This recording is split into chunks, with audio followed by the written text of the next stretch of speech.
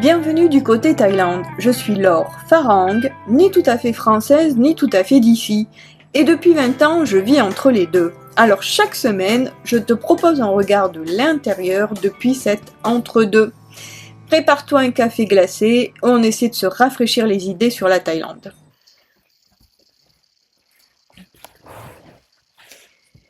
Bonjour à tous et bienvenue du côté Thaïlande. Aujourd'hui, j'ai envie de vous raconter un récit que j'ai appelé La table est toujours à Kanchanaburi. Il y a un ami d'enfance de mon mari, en fait, donc qui vit à Kanchanaburi et qui travaille le bois.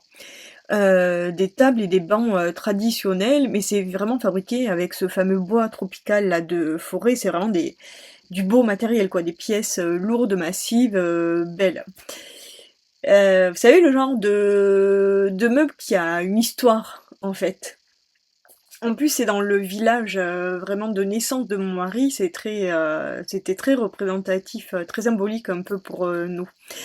Donc un jour, on va voir donc cet ami, et lui avait la générosité tranquille des Thaïlandais, qui fait pas les choses à moitié, en fait, il avait arrêté de bosser, mais il lui restait quelques pièces, et ben a voulu absolument qu'on reparte avec une table et des bancs.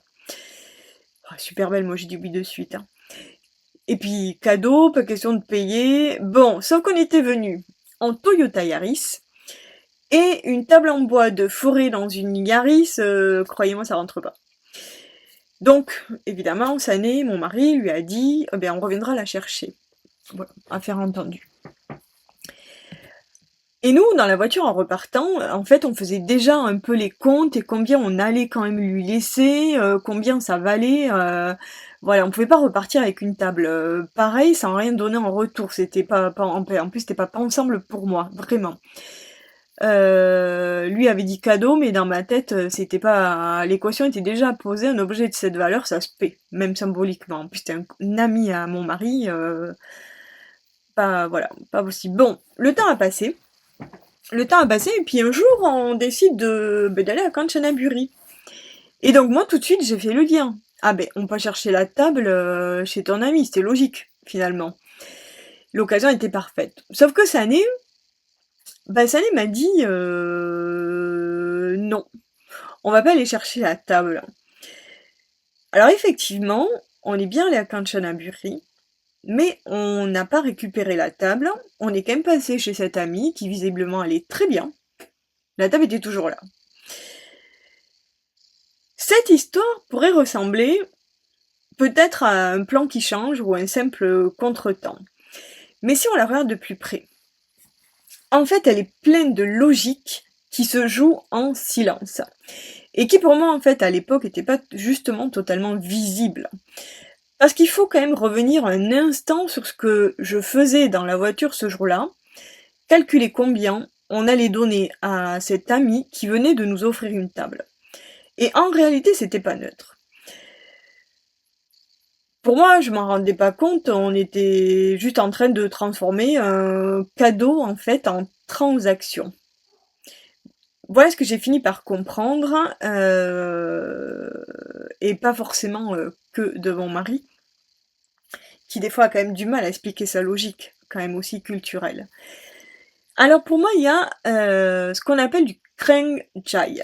Alors le Kreng Jai, bien sûr, c'est ne pas imposer, ne pas déranger, ne pas forcer l'autre à se repositionner, en fait, par rapport à quelque chose qu'on fait.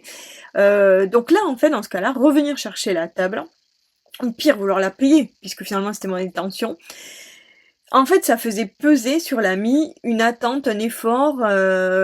Voilà, le cadeau était déjà refermé, le rouvrir même de bonne intention, c'était lui redemander finalement quelque chose. C'est très compliqué chez un Thaïlandais. Et évidemment, il faut préserver la face.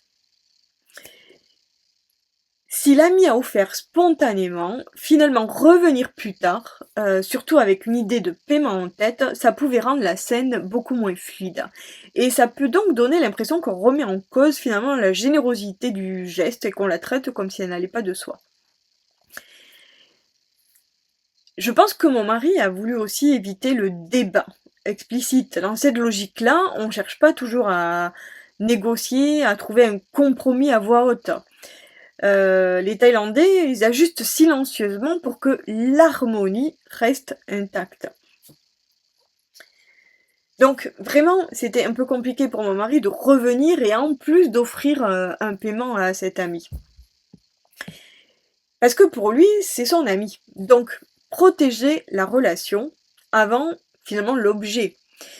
La table au fond compte moins que le lien avec l'ami. Donc insister, peut-être pour la payer, finalement, c'était aussi prendre le risque de faire glisser une amitié vers quelque chose de plus transactionnel.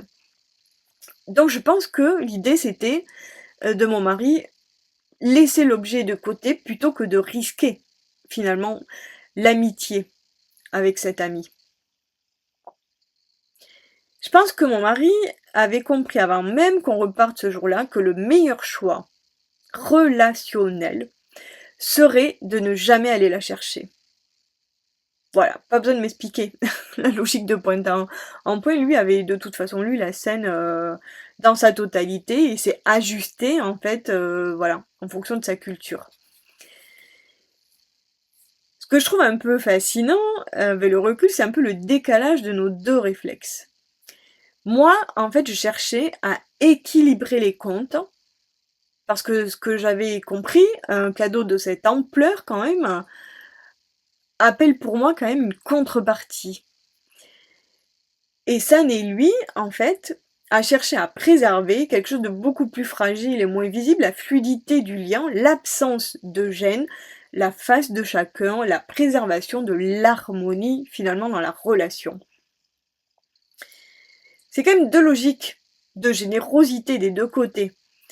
Moi, c'était donner en retour pour que la balance soit juste, et celle de mon mari, ne rien réactiver, ne rien redemander pour que rien ne soit jamais finalement mis en balance.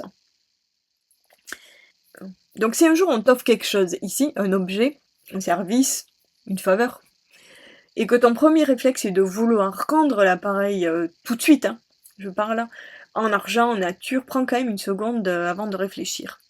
Parce que parfois la meilleure façon d'honorer un cadeau, ce n'est pas de le rembourser, c'est de le laisser exister tel qu'il a été donné, tu vois, sans retoucher, sans rouvrir et sans chercher à remettre à plat ou à rendre l'appareil.